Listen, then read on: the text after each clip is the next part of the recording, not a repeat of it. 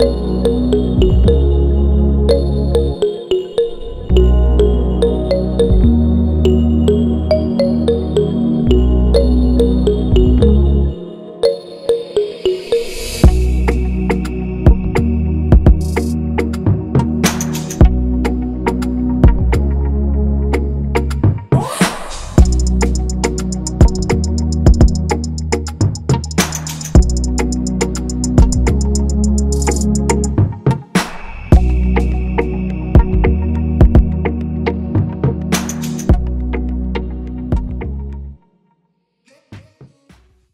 అండి, ముందుగా మీడియా మిత్రులందరికీ నమస్కారం.